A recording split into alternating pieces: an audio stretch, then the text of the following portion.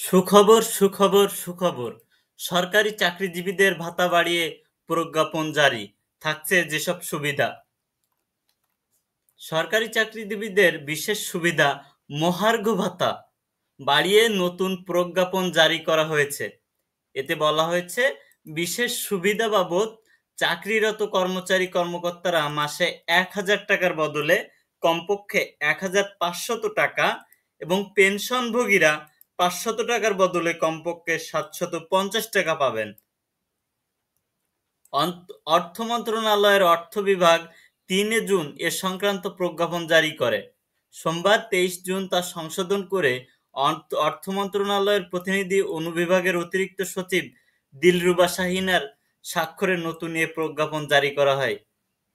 প্রজ্ঞাপনে বলা হয়, সরকারি চাকরি আইন ২০১৮ এবং ১৫ ধারায় প্রদত্ত ক্ষমতাবলে জাতীয় বেতন স্কেলের আওতাভুক্ত সরকারি, বেসরকারি, স্বশাসিত ও রাষ্ট্রায়ত্ত প্রতিষ্ঠান, ব্যাংক, বীমা ও আর্থিক প্রতিষ্ঠান, বর্ডার গার্ড বাংলাদেশ এবং পুলিশ বাহিনীতে কর্মরত কর্মকর্তা-কর্মচারী ও পুনর্স্থাপনকৃত পেনশনসহ পেনশনভোগী ব্যক্তিদের জন্য ১ জুলাই হতে বিশেষ সুবিধা প্রদান সংক্রান্ত অর্থ বিভাগের গত ৩ জুনের নম্বর এর নম্বর প্রজ্ঞাপনটি নিম্নরূপে সংশোধন করা হয়েছে। এক্ষেত্রে এ বিশেষ সুবিধা চাকরিরতদের ক্ষেত্রে ন্যূনতম ১৫০০ টাকা এবং পেনশনভোগীদের ক্ষেত্রে ন্যূনতম ৭৫০ টাকা হারে টাকা প্রদান করা হবে।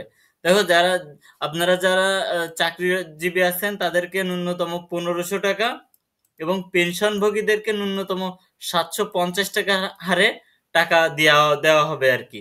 প্রজ্ঞাপনের ২ নম্বর অনুচ্ছেদের উপ অনুচ্ছেদের গ এর পরিবর্তে প্রতিস্থাপন করা হয়েছে, বিশেষ সুবিধা পাবেন এমপিওভুক্ত শিক্ষক কর্মচারীরা। এটা আপনারা পড়ে নিবেন একটু ভালো করে। এটা পড়লে ভালো বুঝতে পারবেন। উপদেষ্টা পরিষদে ২০২৫-২৬ অর্থবছরে বাজেট অনুমোদনের পর অর্থ উপদেষ্টা সালেহ উদ্দিন আহমেদ এ বিষয়ে সংশোধনী আনার সিদ্ধান্তের কথা জানিয়েছিলেন। সিদ্ধান্তের একদিনের মাথায় প্রজ্ঞাপন জারি হয়েছিল। এখানে কি বলা হয়েছে দেখেন, মূল বেতনের ১০% হারে বিশেষ সুবিধা পাবেন।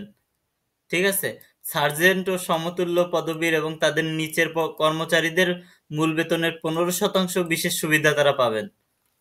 এটা আপনারা ফুল পড়ে নিবেন। ঠিক আছে, মহার্ঘ ভাতা প্রদান করা হবে, ইনশাল্লাহ বাড়িয়ে দেওয়া হবে মহার্ঘ ভাতা আরো।